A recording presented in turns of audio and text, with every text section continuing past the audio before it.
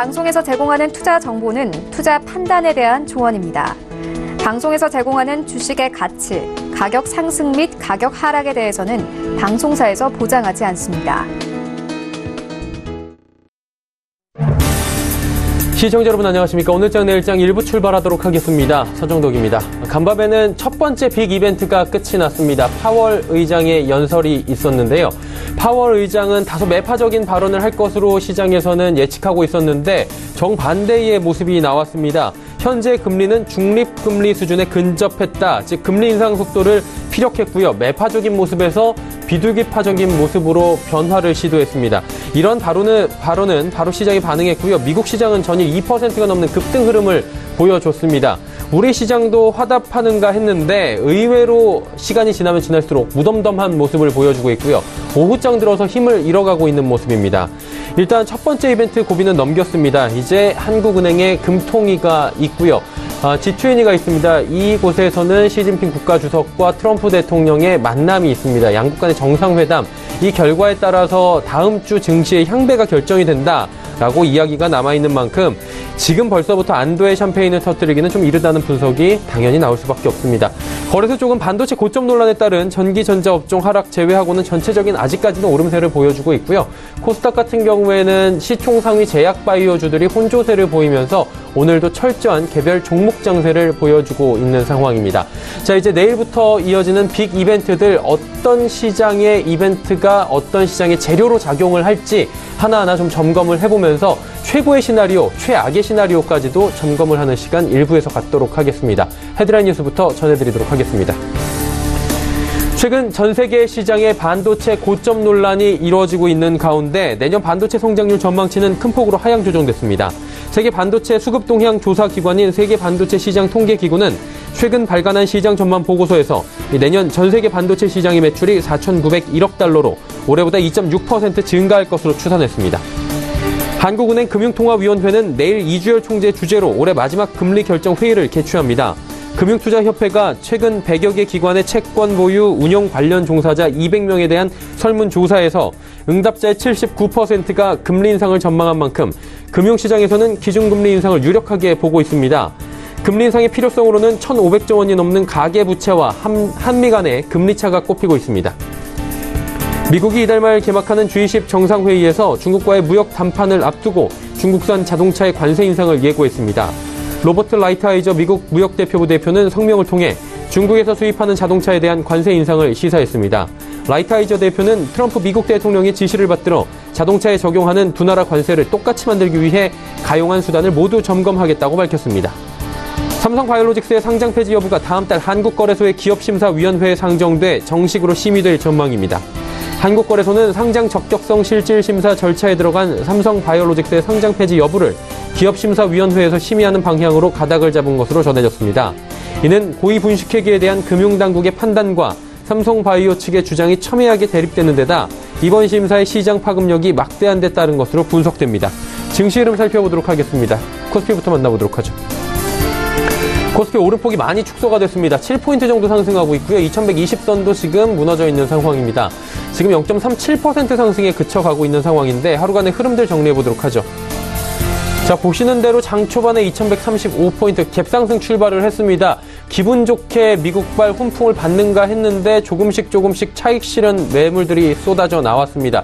일단은 월화수 3거래일 동안에 지속적인 상승이 일어났고요.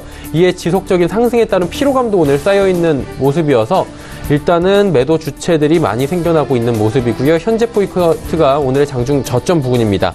자, 그렇다면 하루간의 흐름 보셨고요. 수급 주체 보셔야 되는데 외국인이 오히려 사줍니다. 2,318억 원 지속적인 매수를 하는 가운데 개인 기관 매도하고 있는 모습입니다.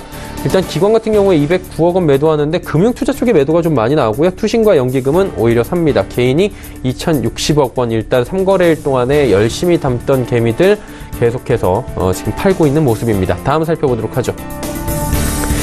삼성전자가 상승 전환은 했습니다. 그런데 상승폭이 미미하고요. SK하이닉스도 지금 보합권 수준에서 움직이고 있습니다. 반도체 시장의 고점 논란, 이익 전망치도 하향 조정이 되는 등 업황 자체에 대한 여러 가지 기대 심리가 좀 꺾이고 있는 상황입니다. 셀트리온, LG화학도 상승하고 있는 모습이고요. 6위부터 10위까지도 살펴보도록 하겠습니다. SK텔레콤부터 포스코까지도 현대차를 제외하면 모두 오름세고요. 네이버도 지속적인 상승 흐름을 가져가면서 이제 13만 원대까지 돌파를 합니다. 현대차가 또 조정이 나오네요. 어제 오늘 이 거래일 연속으로 지금 계속해서 눈치 보기 장세 펼쳐지고 있는 모습입니다. 다음 살펴보도록 하죠. KB금융부터 SK까지는 모두 상승하는 가운데 한국전력도 역시나 그동안에 워낙에 가파르게 상승을 많이 한 부분이 있어서 오늘 어느 정도의 낙폭이 생기고 있는 모습입니다. 다음 살펴보도록 하죠. 코스닥 시장인데 700포인트는 턱걸이를 해주는데 상승폭 모두 반납한 모습입니다. 700.91포인트 하루간의 흐름 정리하겠습니다. 역시나 갭상승 출발했습니다. 갭 708포인트까지 띄우면서 출발했는데 갭상승 출발한 부분들 지금 모두 반납한 상황이고요. 특히나 정오 지나면서 상승폭 축소가 됐습니다. 다음 살펴보도록 하죠. 수급 주체 보실 텐데 기관 외국인 팝니다. 개인만 삽니다. 개인이 514억 원 순매수하고요. 기관 외국인 파는데 기관 투자자 가운데서는 투신만 42억 원 사는 정도입니다. 시총 상위주들의 흐름 살펴보겠습니다. 혼조세입니다. 일단 셀트리온 헬스케어와 신라젠, 포스코캠텍, HLB카드 모두 하락합니다. CJENM만 나홀로 3%의 상승이 나오는데 어제와 동일합니다. CJENM 어제 이어서 오늘도 상승 흐름을 가져가고 있는 모습입니다. 다음 살펴보도록 하죠. 메디톡스 올라가고요. 펄어비스도 올라갑니다. 전 바이로메드, 스튜디오 드래곤, 코오롱 티슈진 모두 조정 나오는데 조정폭은 크지 않습니다. 11위부터 15위 종목들도 살펴보도록 하죠. 셀트리온 제약, 파라다이스, SK머티리얼즈 올라가는 가운데 컴투스, 보합, 제넥시는 혼조세 보여주고 있습니다. 원달러 환율은 어떨까요? 원달러 환율은 1121원 40전에 거래되면서 오랜만에 조정이 좀 크게 나오네요. 원화 강세 흐름 가져갑니다. 금일폰 방송에서 제공해드리는 정보는 투자 판단에 대한 조언일 뿐입니다. 해당 주식의 가치와 수익률을 보장해드리지 않는다는 점 참고해주시기 바랍니다. 오늘 장 이슈 짚어보도록 하겠습니다. 대신증권 투자전략팀의 이경민 연구원 연결돼 있습니다. 안녕하십니까? 네, 안녕하십니까? 예, 파월 의장의 발언이 굉장히 비둘기파적이었다라는 부분에서 미국 시장은 전일 환호를 하면서 마감을 했습니다. 코스피도 아직까지는 강세를 보이고 있는데요. 어떻게 분석하는 게 좋을까요? 네, 파월 연준 의장의 미국 금리 수준은 중립금리 바로 아래에 위치해 있다는 발언이 시장에, 특히 미국 시장에 굉장히 훈풍을 불러일으킨 것은 맞다라고 생각을 합니다. 10월 쇼크를 촉발했던 것이 파월 연준 의장의 발언이었습니다.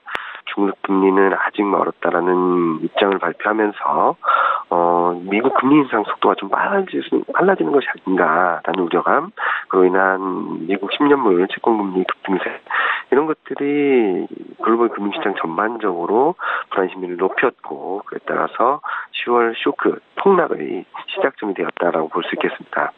그렇지만 이번 파월 연준 의장의 10월과는 전혀 상반된 발언을 통해서 향후 미국 금리 인상이 빨라지는 것이 아닌가라는 일말의 불안감들은 좀 많이 완화시켜 주었다라고 생각을 하고요. 그리고 10월 쇼크의 시작점이 어느 정도 완화되는 가운데에서 코스피도 좀은 가격이나 밸류에이션 측면에서의 저평가 정도가 조금은 회복될 여지를 높여주었다라고 판단을 하고 있습니다. 일단은 지금 많은 분들이 긴장을 하고 있고 이렇게 거래량도 줄어들고 숨고르게 하고 있는 건 금통위도 있겠지만 G20 정상회의, 이곳에서의 두 정상 간의 만남, G2 간의 만남 때문인 것 같은데요. 무역 분쟁이 좀 분수령으로 작용을 할 수 있을까요? 말씀하셨듯이 오늘 코스피가 장중 강세를 보인 뒤에 좀 상승폭을 줄이는 모습을 보인 것은 아마도 오늘 밤에 있을 FOMC의 의사록 공개, 그리고 이번 주말에 있을 G20 그리고 미중 정상회담에서 무역 분쟁과 관련해서 어떤 합의가 나올까라는 기대감들이 또는 경계감들이 복합적으로 작용하고 있기 때문이 아닌가라는 생각을 합니다. 다시 말씀드리면 좀 대기 모드라고 볼 수 있겠는데요. 무역 분쟁의 바라보는 투자자들의 심리적 변화에 굉장히 큰 영향을 미칠 수 있다라고 생각을 합니다. 그런 부분들을 봤을 때 아마도 이번 주말을 지나고 다음 주 초반에는 위든 아래든 코스피 방향성이 좀 강하게 나타날 수 있다라고 생각을 하는 부분입니다. 그러나 무역 분쟁, 그러니까 이번 미중 정상회담을 통해서 무역 분쟁이 극적인 타결로 이어지고 그동안의 긴장은 누그러지는 그런 흐름을 보일지는 좀 더 확인하고 시간이 필요하지 않나라는 생각을 하고 있습니다. 미중 무역 분쟁이 다소 일반적인 무역 관계뿐만 아니라 9월, 10월 더 들어서면서부터는 계속 패권 전쟁의 양상을 좀 더 뚜렷하게 보여줬다는 측면에서 이번 미중 정상회담에서는 어떤 많은 분들이 기대하는 타결이라든지 무역 분쟁 그런 국면보다는 원론적인 해결 의지를 표명할 가능성이 높지 않나라는 생각을 합니다. 그렇다고 해서 무역 분쟁이 더 격화될 여지도 높지 않다라고 생각을 하는데요. 원론적인 해결 의지만 표명해준다 하더라도 글로벌 금융시장, 특히 미국과 중국 시장, 한국과 중국 증시에는 밸류에이션 그리고 가격 메리트가 좀 더 부각될 수 있는 여건은 맞다라고 생각을 하고 있습니다. 결론적으로 말씀드리면 글로벌 위험 자산의 이번 G20 그리고 미중 정상회담이 서프라이즈 이벤트는 아닐 가능성이 높지 않을까라는 생각을 합니다. 따라서 오늘 같은 경우도 G20 그리고 미중 정상회담을 지켜보자는 컨센서스와 함께 그동안 기대감을 계속 반영되었던 데 따른 경계심리가 다시 높아지는 국면이 아닌가라는 생각을 합니다. 이번 미중 정상회담에서 지켜볼 부분은 아마도 1월 1일 예정된, 2019년 1월 1일 예정된 대중국 관세부가 세율, 지금은 10%인데 25%로 상향하는 것을 유의하는지 여부가 긴 심리에 큰 영향을 미칠 수 있는 변수다라고 생각하고 있습니다. 자, 그렇다면 투자 전략을 어떤 방향성을 가지고 가는가 이 부분이 지금 관건인 것 같은데 어떻게 보십니까? 일단 10월 폭락 사태를 유발했던 불확실성 변수들이 하나 둘씩 해결되거나 더 나빠지기보다는 조금씩 개선될 여지를 보이고 있습니다. 물론 펀더멘털 변화에 따른 추세 반전 가능성은 아직까지 낮게 보고 있습니다. 그렇지만 미국 경기에 대한 불안 심리가 다소 누그러지고 있고요. 미국 금리 인상, 긴축의 속도에 대한 부분들도 좀 완만해지고 있습니다. 이와 더불어서 미중 무역 분쟁 이슈도 어쩌면 휴전 상태로까지 갈 수 있다라는 심리가 좀 남아있는 상황이고 대화의 테이블이 마련되어 있다는 상황에서 더 나빠지진 않을 것으로 생각을 하고 있습니다. 단기적으로는요.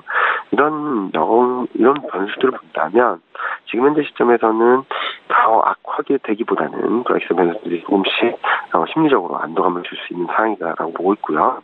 2019년 상반기 중 코스피 2300 돌파 시도는 충분히 가능해지고 있다라고 생각을 합니다. 따라서 반도체 화학 친구업 쪽으로 좀 중심을 잡아가시고 단기 트레이딩 업종으로는 2019년 실적이 턴어라운드 될 것을 기대되는 디스플레이, 소프트웨어, 유통, 호텔 레저, 운송 업종들을 중심으로 좀 저평가된 종목들 중심으로 트레이딩 관점에서 접근하시면 크게 무리가 없지 않을까라는 예상을 하고 있습니다.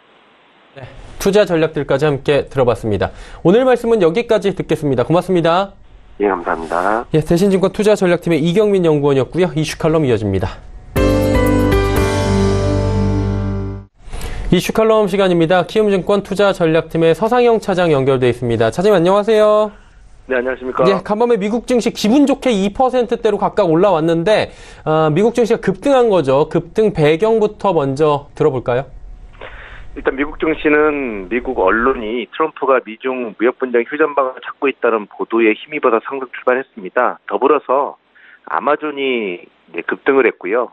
고객관리 소프트웨어 회사인 세일즈포스 또한 양호한 실적을 발표를 하면서 전반적으로 나쁘지 않은 개별 기업들의 호재성 재료 또한 영향을 줬습니다. 오후 들어서 급등하기 시작했었는데 일단 파월 연준 의장이 비둘기파적인 발언을 언급을 하면서 전체적으로 주식시장의 수진에 대해서도 긍정적으로 언급을 하자 상승폭이 더욱 확대됐고 결국은 2% 넘게 2.5% 넘게 급등을 하면서 마감을 했었습니다. 자, 그리고 파월 의장 말씀도 해주셨는데 그동안에 다소 매파적인 발언들을 이어가던 파월 의장이 비둘기파적으로 지금 선회한 부분이 시장에서는 급등의 원인으로 지목을 해주셨는데 구체적으로 어떤 발언이고 이게 왜 그런지 분석을 좀 해주시겠습니까? 일단 파월 연준 의장이 금리 수준은 중립금리 바로 아래에 위치해 있다라고 주장을 했고요. 이는 이제 지난 10월 3일 날 중립금리까지는 아직 멀었다라고 언급해서 이제 수정 한 발 물러섰다고 보시면 될 것 같아요. 최근 이제 클라리다 연준 부의장이라든지 보스틱, 애틀란타 연은 총재나 카시카리 연은 총재 같은 경우도 현재 정책금리는 중립금리에 가깝다라고 주장했었던 점을 감안하면 미 연준이 이제 비둘기파 쪽으로 변화한 것으로 추정을 하면서 미국 증시의 상승이 좀 이어졌는데요. 사실은 이 부분보다도 더 주목했던 부분들은 뭐였냐면 주식시장에 대해서 언급을 했던 부분이었습니다. 주식시장의 현재 밸류에이션은 장기 수준에서 정상 수준이면서 과도한 상승은 보지 못했다라고 주장을 했습니다. 더불어서 금융시장 변동성 확대가 경기 둔화를 의미하지 않는다라고 언급을 했는데요. 과거 이제 버냉키 연준의장이라든지 앨런 연준의장 또한 금융시장 변동성이 확대될 때 주식시장의 밸류에이션이 정상 수준이다라고 언급을 하면서 이제 전반적으로 안정을 찾게 했던 행동과 같은 행보를 보인 것으로 추정을 하고 있고요. 주식시장은 파웰 연준의장의 발언으로 결국은 2% 넘게 급등을 하는 등 탄력적인 움직임을 보였다고 보시면 될 것 같습니다.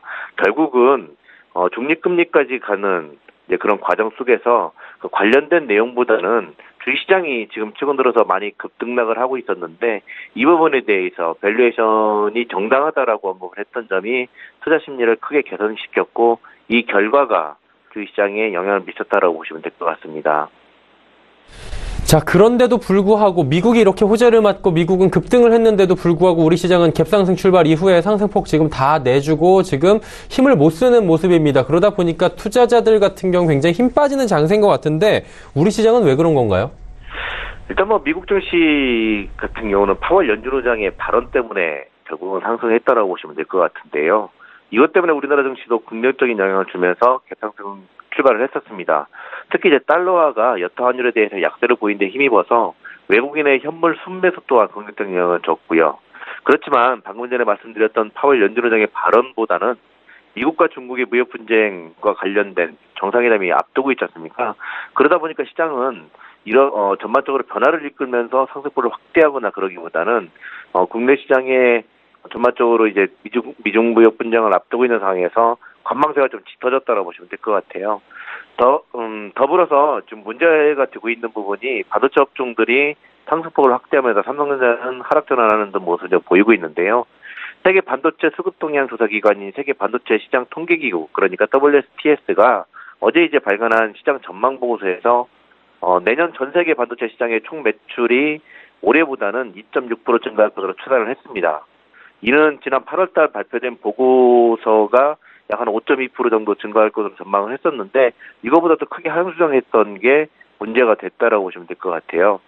이 여파로 이제 삼성전자를 비롯한 반도체 업종이 상승폭이 축소되거나 하락전하는 모습을 보이면서 전반적으로 시장 자체가 부진한 모습을 좀 보이고 있는 상황이라고 보시면 될 것 같습니다. 자, 이제 G20 정상회의 여쭤보도록 하겠습니다. G20 정상회의에서 나오는 다양한 의제들, 안건들이 있겠지만 우리가 주목하고 있는 건 사실 트럼프 대통령과 시진핑 국가주석과의 정상회담으로 예측이 되는데 이게 여러 가지 시나리오가 지금 나오잖아요. 합의가 잘 되는 최고의 시나리오, 최악의 시나리오 이렇게 구분을 하면 오히려 조금 더 이해가 쉬울 것 같은데 구분을 해서 좀 차장님이 설명해 주시면 어떨까요? 일단 가장 좋은 베스트 시나리오를 생각을 해보면 간단하게 생각하면 미국과 중국이 협상을 완료를 하고요. 지금 현재 양국에 발효된 관세를 이제 취소하는 절차에 돌입하는 경우를 생각하시면 될 것 같습니다. 이렇게 된다면 그동안 낙폭이 컸던, 그러니까 투입 비용 증가에 따른 실적가에 대해서 하향 조정 여파로 인해서 급락을 했던 미국 기술주들의 반등이 예상되고요. 그동안 낙폭이 컸던 중국을 비롯한 신흥국 증시가 글로벌 증시로 좀 이끌 것으로 전망을 하고 있습니다. 우리 한국 증시 또한 전기전자 업종을 위주로 해서 낙폭 과대된 종목들이 주도를 하면서 연말 랠리가 급격하게 이어질 것으로 이제 예상을 하고 있는 상황이고요. 그렇지만 이제 이러한 가능성은 그렇게 높지가 않습니다. 기껏해야 10% 미만이라고 보시면 될 것 같기 때문에 베스트 시나리오를 기대를 하고는 있지만 이렇게 될 가능성은 높지 않기 때문에 그냥 생각만 하고 계시면 될 것 같고요. 그렇다면 이제 가장 최악의 경우는 어떠냐? 이건 누구나 생각하기 싫은 시나리오인데요. 미국과 중국의 합의 실패되는 경우를 말합니다. 문제는 이 결과가 2019년 1월 1일부터 미국이 대중국 2천억 달러의 제품에 대한 관세를 10에서 25%로 인상한다는 점입니다. 더 나아가서 2,600억 달러의 규모의 제품에 대해서도 추가적인 관세를 발효하겠다는 뜻인데 결국 이렇게 돼버리면 미국 기업들의 급격한 투입 비용 증가라든지 이런 여파로 인해서 실적 둔화 우려가 높아진다는 점에서 미국 증시 같은 경우는 급락할 가능성이 좀 높고요. 이 결과가 전반적으로 시장 참여자들 입장에서는 별로 그렇게 좋은 모습이 아니라고 보시면 될 것 같아요. 특히 이제 파월 연준의장이 지난 11월 달에 추가적인 관세 발효로 인해서 미국 경기 둔화 가능성을 높일 수 있다라고 주장했던 점을 주목해야 되는데 중국 또한 적극적인 경기 부양책에도 불구하고 수출 및 중소기업들의 매출 급감 가능성이 높기 때문에 전반적으로 신흥국 증시 또한 변동성이 확대될 것으로 판단하고 있습니다. 이렇게 돼버리면 우리나라 증시 또한 전반적으로 지금 밸류에이션보다는 전반적으로 투자 심리가 위축되면서 급격하게 위축될 가능성이 높기 때문에 그 부분에 좀 주목해야 될 것으로 판단하고 있습니다. 자, 최고의 시나리오가 베스트가 나오면 참 좋겠지만 최악의 시나리오만큼은 피하는 게 먼저인 것 같다 뭐 이런 생각도 듭니다. 그렇다면 최고 최악을 여쭤봤으니까 지금 시장이 좀 흘러가는 분위기를 보면 어느 정도 시장이 예측하고 있는 시장이 느끼는 부분의 시나리오도 분명히 있을 것 같은데 지금 시장은 어떻게 반응을 하고 있는 건가요? 일단 베이스 시나리오인데요. 네. 이거는 미국과 중국이 일단은 협상을 완료를 해야 되겠죠. 협상이 완료가 되고 나서 현재 부과 중인 2천억 달러 규모의 중국 제품에 대한 관세 발효는 일단은 유지를 할 가능성이 높습니다. 트럼프 대통령도 이 부분을 당장 취소할 가능성은 높지 않다라고 언급을 했기 때문에 관련된 관세 발효는 유지될 것으로 예상을 하고 있고요. 그렇지만 이제 추가적인 이제 관세율 인상이라든지 방금 전에 말씀드렸던 1월 1일부터 달러에 대한 관세율을 10에서 25% 인상하는 부분을 일단은 지연시키거나 아니면 2,600억 달러에 대한 상품에 대해서 관세 발효가 일단은 중지되는 경우를 말하는데요. 시장에서는 이제 일단 그런 식으로 해석을 하고 있습니다. 그렇기 때문에 전반적으로 요즘 언론들이 이제 항상 나오는 소리가 미국과 중국이 정상회담을 통해서 휴전에 돌입할 가능성이 높다라고 하는 게 전반적으로 이러한 내용들입니다. 이런 식의 이제 전반적으로 그 시나리오가 나온다라면 일단은 시장은 불확실성 해소를 이유로 안 돌릴 가능성이 좀 높다고 봐야 될 것 같아요. 다만 이제 완전한 해소가 아니라 일시적인 봉합이라는 점을 감안해서 상승폭은 크지 않은 제한적인 연말 랠리를 보일 것으로 예상을 하고 있고요. 특히나 이제 주목할 부분은 만약에 이런 식이라면 결국 이제 전반적으로 펀더멘탈 쪽으로 이제 넘어가게 되는데 그렇게 되면 우리나라 같이 펀더멘탈이 최악으로 빠져있는 우리나라나 중국 등이 반등을 좀 이끌 것으로 예상을 하고 있기 때문에 이 또한 우리나라 증시에는 나쁘지 않을 것으로 판단하고 있습니다. 자, 한 가지만 조금 더 여쭤보고 싶은 게 있는데 관세 부분인데 지금 분위기가 미중 간의 무역 분쟁 굉장히 좋은 가운데 지금 트럼프 대통령이 의중을 좀 밝혔다고 합니다. 중국산 자동차뿐만이 아니라 자동차 수입차 관세 최대 25% 부과하겠다. 특히나 중국과도 동일한 관세를 둬야 한다라고 이야기를 했다고 하는데 이 부분이 또 시장에 미칠 영향도 적지 않을 것 같은데 어떻게 보는 게 좋을까요? 일단 이 부분은 유럽과의 그 관계가 더 크다고 보시면 될 것 같아요. 중국은 지금 현재 해외 자동차 관세를 크게 하향 수정되고 있고 그 부분 같은 경우는 크게 영향을 받을 것으로 판단하고 있지는 않습니다. 왜 그러냐면 중국산 자동차가 미국으로 넘어가는 경우는 거의 없고요. 대부분 다 GM이라든지 포드가 중국 내에서의 매출이 크기 때문에 대체적으로 보면 보통 자동차 업종 같은 경우는 현지 생산이 많아요. 그렇기 때문에 관세 발효된다고 해서 시장에 큰 영향을 줄 것으로 판단하고 있지는 않습니다. 더 나아가서 일단 유럽과의 문제인데 유럽 같은 경우도 마찬가지라고 보시면 될 것 같아요. 폭스바겐이나 BMW나 다임러 같은 벤츠나 이런 회사들 같은 경우는 미국 시장에 대해서 크게 신경 쓰지 않고 있는 상황이에요. 그러다 보니까 만약에 트럼프 대통령이 얘기했듯이 관세 발효를 했을 경우 그렇게 된다라면 당연히 수입차들 같은 경우는 관세율 때문에 상당히 제품 가격이 상승을 할 것으로 판단하고 있습니다. 그렇지만 전반적으로 예를 들어서 벤츠 사는 사람들이 100만 원, 200만 원 더 올라간다고 해서 시장에 그 차를 안 사거나 그러진 않거든요. 그렇기 때문에 시장에 큰 영향을 줄 것으로 판단하고 있지는 않습니다. 다만 이제 이렇게 돼버리면 무역 분쟁 이슈가 좀 더 격화되면서 유럽과 미국과의 마찰이 좀 확대될 수가 있기 때문에 이 부분은 좀 더 신중하게 지켜봐야 될 것으로 판단하고 있지만 당장의 관세 발효는 있지는 않을 것으로 전망을 하고 있습니다. 있습니다. 관세, 특히나 수입차 관세 부과에 대한 타겟팅이 중국보다는 지금 유럽 쪽에 어느 정도 맞춰져 있다라는 부분까지 추가로 여쭤봤습니다.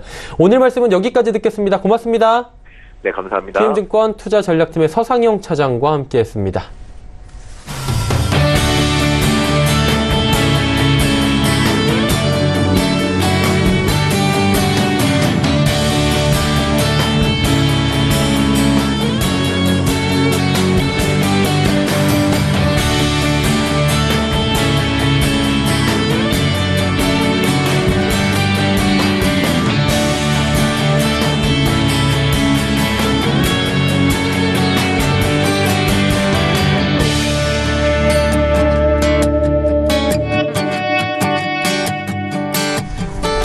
오늘장 내일장 1부 함께 하셨습니다. 잠시 뒤 2부 예고해드립니다. 오늘장 내일장 2부에선 역시나 레벨업 트레이딩 타임 시간이 준비가 되어 있습니다. 두 분의 전문가와 함께 다양한 종목들 짚어드리고요.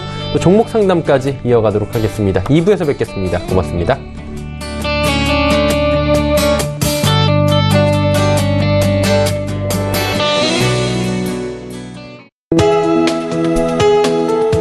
방송에서 제공하는 투자 정보는 투자 판단에 대한 조언입니다. 방송에서 제공하는 주식의 가치, 가격 상승 및 가격 하락에 대해서는 방송사에서 보장하지 않습니다.